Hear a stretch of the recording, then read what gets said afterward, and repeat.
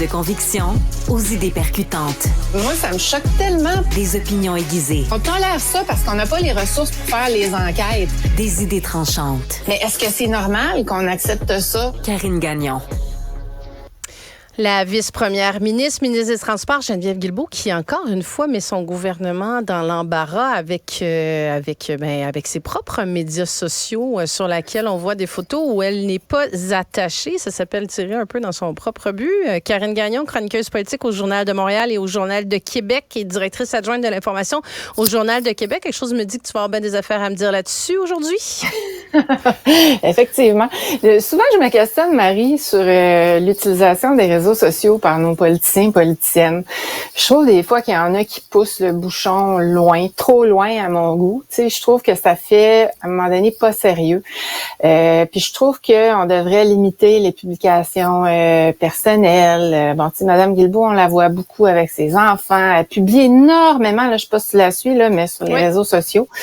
Et puis, des fois, ça finit par la rattraper. Puis on l'a vu une première fois quand tu l'évoquais tantôt, là, quand elle était en études de commission, l'étude des crédits au printemps, puis qu'elle faisait des jeux de mots, les mots payants, puis elle a publié une photo sur Instagram, puis là, on voyait la liste avec les points, tu sais, la liste des mots avec les points. Ça avait l'air assez...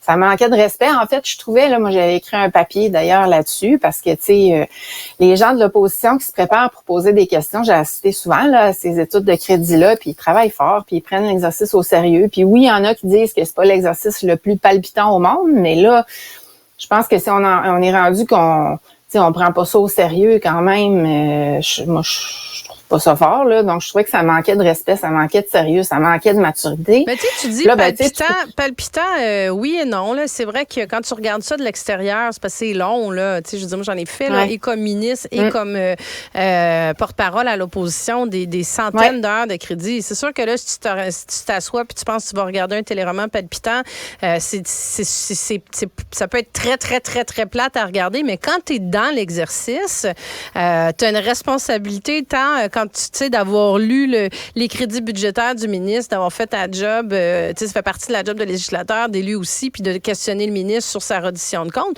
Mais le ministre a une responsabilité de venir tu sais, je veux dire, quand tu mets la cape de ministre, là, tu sais, prends-la la job. Puis prendre la job, là, ça veut aussi dire aller avoir fait les investissements à la bonne place, avoir réglé les bons problèmes, être conscient de ton panneau de priorité et tout, puis d'être capable de défendre ton bilan.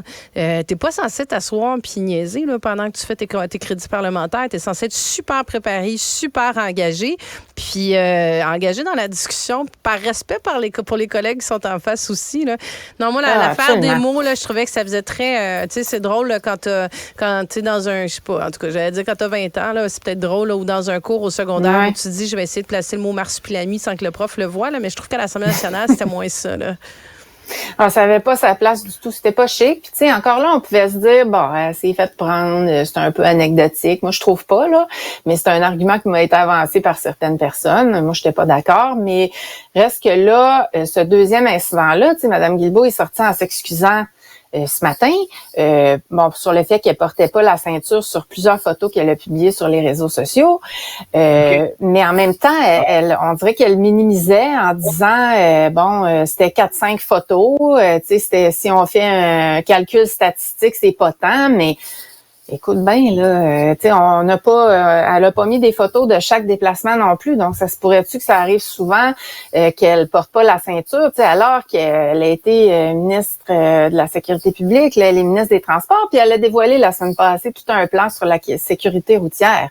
Alors, tu sais, elle a une responsabilité absolument, c'est légal de faire ça, puis je sais pas pour toi, Marie, mais moi, la ceinture, ça fait longtemps que c'est rendu un réflexe, là, je me pose même pas la question, ça se fait tout seul, je m'en rends même pas compte, tu sais, c'est comme dans les habitudes des gens, il me semble, donc comment ça se fait qu'elle, c'est pas la même chose, elle l'envisage pas de la même façon, tu sais, on dit tout le temps, nul n'est censé ignorer la loi, ben c'est pas mal ça, là. Ouais, ben c'est surtout qu'elle a il y a un devoir d'exemplarité, tu sais. Puis Oui. après ça, c'est qu'en plus de ça, je veux dire, tu vas jusqu'à prendre des photos puis à les publier. Donc, il y a quelque part où ça veut dire que c'est même pas dans ton conscient que c'est important de mettre la ceinture. En tout cas, je sais pas si c'était quoi sa réflexion là-dedans, si c'est une habitude ou pas, mais j'ai trouvé que ça faisait un petit peu l'arme de crocodile, là, ces excuses de je suis... ça sonnait beaucoup cassette, là, puis elle est bonne en communication, puis on sait, tu sais. Oui, c'est ça, puis elle est très bonne là-dedans, oui, c'est ça. C'est ça, elle est très bonne là-dedans, là, puis elle a réussi à s'en sauver, je crois, beaucoup, parce qu'elle est bonne en communication, puis elle est bonne pour apprendre ses lignes, puis pour faire face aux journalistes, ce qui est pas toujours évident pour tout le monde en politique, mais quand même, je trouve que les bourdes s'accumulent, tu sais, et puis faudrait qu'elle fasse attention, peut-être qu'elle réfléchisse mieux à ce qu'elle publie, là, tu sais, à un moment donné, c'est beau d'avoir un ego là, puis de vouloir se montrer, puis moi je suis très ambivalente là-dessus. Je trouve qu'à un moment donné ça finit par manquer de sérieux. Ouais, il y a quelque part c'est ça, tu sais là, en plus c'est ça va être la rentrée parlementaire, c'est leur caucus précessionnel. Moi je serais pas leur caucus précessionnel, mais leur conseil des ministres.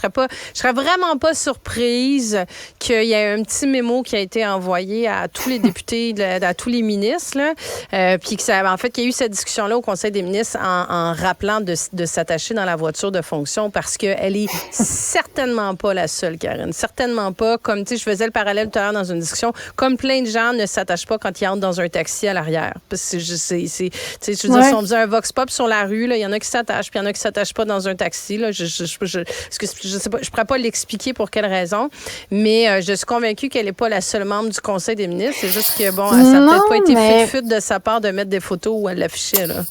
C'est ça. En plus, dans le rôle qu'elle a, ça c'est double là. Puis en plus de publier les photos en n'étant pas finalement en réalisant pas qu'elle commettait quelque chose qui était pas légal. Là. Donc c'est pas très réfléchi. Toujours à Québec, Karine, là, c'est Marc Tanguay, le chef par intérim du Parti libéral du Québec, qui vient lui aussi de fermer la porte à la course à la chefferie. Toi, ça tente-tu d'y aller? Parce que là, la place est libre, il n'y a personne. Écoute, il n'y a personne qui lève la main pour cette course à la chefferie. Écoute, ça va pas très bien là. Tu sais, Monsieur Tanguay, on comprend qu'il y avait de la pression à l'interne parce qu'il disait vouloir attendre les règles. Les règles sont toujours pas sorties, mais là c'est sûr que tant que lui laissait planer que peut-être que est-ce qu'on se disait ça peut bloquer d'autres personnes, on verra là si son désistement va faire en sorte que ça se bouscule. Je peux pas croire qu'il y a personne qui va se pointer. Maintenant, force est de constater que pour le moment c'est pas le cas. C'est sûr qu'il faut que ça tente là parce que c'est tout un défi, hein, on s'entend. Puis, tu sais, Dominique Anglade avait fait le choix moi je trouve, de sacrifier d'une part pour essayer de sauver le parti. Elle savait très bien que ça s'en allait à peu près nulle part. Là, c'est encore le cas. Là, ça sera pas facile aux prochaines élections. Je penserais pas que le parti se soit complètement replacé. Donc, c'est un défi colossal. Alors, qui a envie d'aller se sacrifier là? Je pense que ça va probablement passer par quelqu'un de l'extérieur des rangs actuels. Là, il y a toujours Frédéric Beauchemin dans les rangs du parti qui laisse planer la possibilité qu'il pourrait se présenter. Je ne sais pas s'il y a le charisme suffisant. Tu sais, ça prend quand même quelqu'un qui va avoir, à mon avis, un charisme débordant, beaucoup de leadership pour arriver à réaliser, à surmonter ce défi-là qui attend le ou la future chef. Là, puis il y a pas de nom non plus de femmes qui circulent.